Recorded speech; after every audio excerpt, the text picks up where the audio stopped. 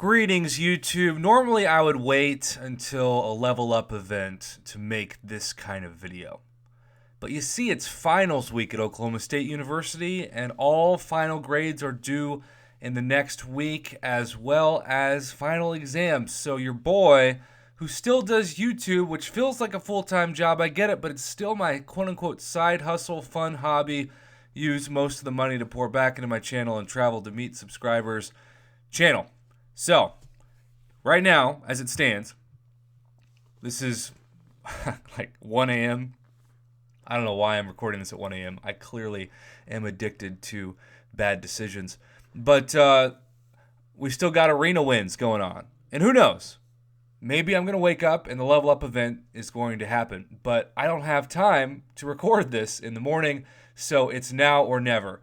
And you see, I have this bae, this woman that's changed my life. She might be a digital mobile game character, but she has shaken up my love of Marvel Contest of Champions.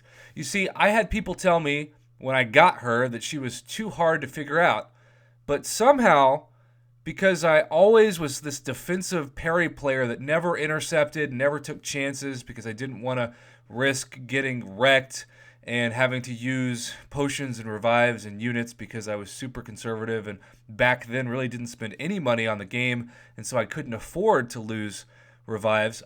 She was the secret to my success because I would just hold heavy and then I'd parry. I'd hold the heavy and then I'd parry. And I felt like I was playing the old school Nintendo 64 way before most of my viewers' time, GoldenEye 007, where I was laying these timed mines on my opponent.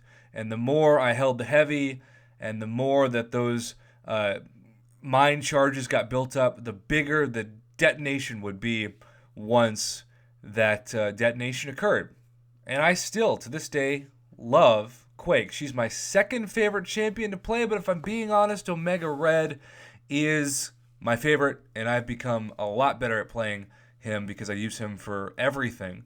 And so I was just thinking, like I was looking at my inventory this week, and I still have so much left over, even after 565ing both Nick Fury and Black Widow Clairvoyant. I still have 7 out of 8 Tier 5 Basic, and along with the rank 4 to rank 5 generic rank up gem, I have 11 of 15 Tier 2 Alphas.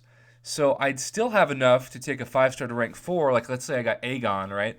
And so I'd still have enough to take Aegon to rank 4 because I only need 4 Tier 2 Alphas for him, and then with the rank 4 to rank 5, I don't need any Tier 2 Alphas for that because the gym takes its place. So I just realized, like, there's no reason for me to wait any longer to take my Quake up to rank 5. And my Quake brother, shout out huge to Trevor G.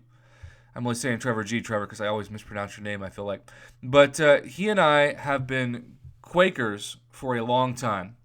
And I asked him this past evening in my live stream, should I do it? Should I just R5 Quake? And he's like, yes. And so, Trevor, you have spoken. I'm not going to use that rank up gem at the bottom, though. I am going to do this, and I know that it's arena wins, and I'm costing myself, 25 units or whatever. But I hopefully will make that up because I just got a 3-star Sunspot. So this is it's a big day for me, YouTube. It's a big day, and I could do one of those rank up and gameplay videos, but Quake is not about pure damage. She's about getting around really, really difficult BS nodes and causing such havoc, pun sort of intended, that you're able to just bypass a lot of stress. Had I had Quake at 565, even with my full Suicide Mastery, and been patient and actually watched some fellow YouTubers, I would have saved myself so many potions and so many revives because I would have used her instead of Ronan, who I felt like I was gambling with because I would get to my 3rd special one, and for whatever reason, the stun duration would not last long enough. And then sure enough, I would get KO'd instantly because Silver Surfer would have been well past his full special 3, and he would instantly activate that, and I God, I got wrecked so many times this past week with that. I'm not going to stunt. So, we now have our updated list, and Quake is officially in my top 5. She jumped Blade by 100 PI, and she is less than 100 PI behind Ghost Rider. Now, because she is 5th, she is not on my front page. Another old reference back in the day when you when you started MySpace before Facebook, believe it or not, and you chose your top friends. I always feel like this is deceiving because I don't want these people to be my top friends, but they are because their PI is the highest. So, Quake is now officially 565. That's so exciting. And she is SIG 200 after the +1s of Cyber Weekend. So she'll block an additional 35% damage and redirect it back to the opponent. And my goodness, 306.19 physical damage per second.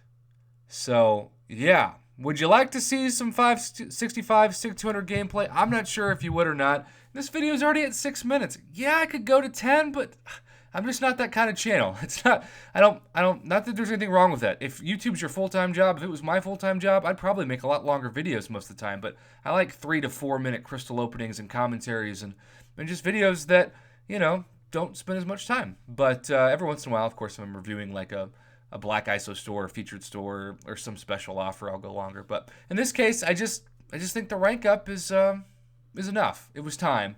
27,000 health, 4,400 attack, 16,220 PI. I am super thrilled about this. Thank you to everybody who told me to go for it, especially after my video yesterday talking about how I was kind of on the fence about it. And then everybody was like, hey, she's your favorite champ. And Prof, you always tell the community, if you love playing with the champ, screw advice. Do it. Well, it's time to take your own advice and rank up your second favorite champ. And this is my bae, my MVP. I'm so excited now to have her at 565, SIG 200. It's a Quake kind of day. Quake and bake and shake. And don't fake, or else you might need to eat a steak.